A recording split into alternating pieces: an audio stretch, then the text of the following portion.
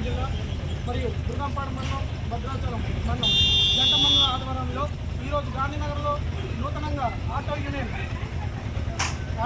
ఏర్పాటు చేయడం జరిగింది.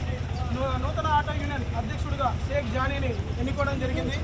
తర్వాత ఉపాధ్యక్షుడిగా నరసింహారావుని ఎన్నుకోవడం జరిగింది.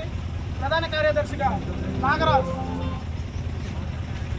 ట్రెజరీగా కుమార్ గారిని ఎన్నుకోవడం జరిగింది.